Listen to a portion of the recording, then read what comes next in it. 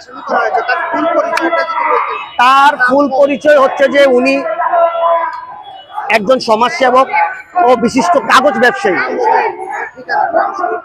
নাম সহ ঠিকানা হচ্ছে ওনার বাসা ওয়ারি র্যাঙ্কিং স্ট্রিট, ওনার বাসা ওয়ারি র্যাঙ্কিং স্ট্রিট, ওনার গ্রামের বাড়ি হচ্ছে 14 গ্রাম সান্নিসকরা।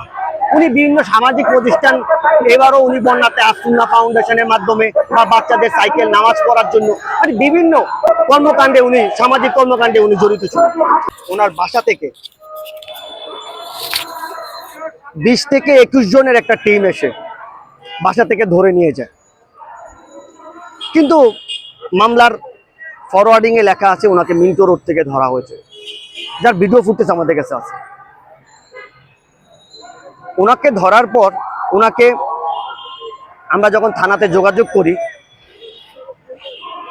প্রথম দিন থেকেই থানাতে বাদী উপস্থিত ছিল এবং বাদী আমাদের ফ্যামিলির সাথে প্রত্যেক দিন যোগাযোগ করে আমাদেরকে থানাতে আসতে বলে। 5-6 দিন আমরা থানাতে আসি, উনি আমাদেরকে একটা নেগোসিয়েশন আসতে বলে, টাকা দাবি করে 10 লাখ টাকা। 10 লাখ টাকা উনি দাবি করে, পরে 3 লাখ টাকা আমাদের সাথে একটা কিসের পারপাসে চাচ্ছে? জাস্ট উনি এভিডেভিট করে ওনার নামটা বাদ দিবে। বাদীকে আমরা যখন জিজ্ঞেস করি আপনি কি ওনাকে চিনেন, বাদী ওনাকে চিনে না। কোথায় থেকে ওনাকে পেয়েছেন? উনি বলল যে কোনো এক ব্যবসায়ী মহল থেকে ওনার নাম দেওয়া হয়েছে। আমার শ্বশুর।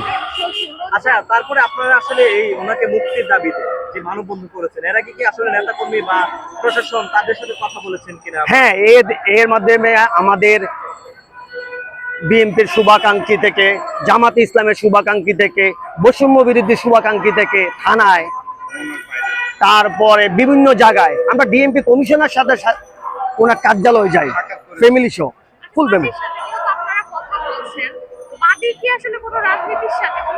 বাদী নিজেকে বিএনপির একনিষ্ঠ কর্মী। বাদীর সাথে আপনারা যোগাযোগ করেছেন কিনা?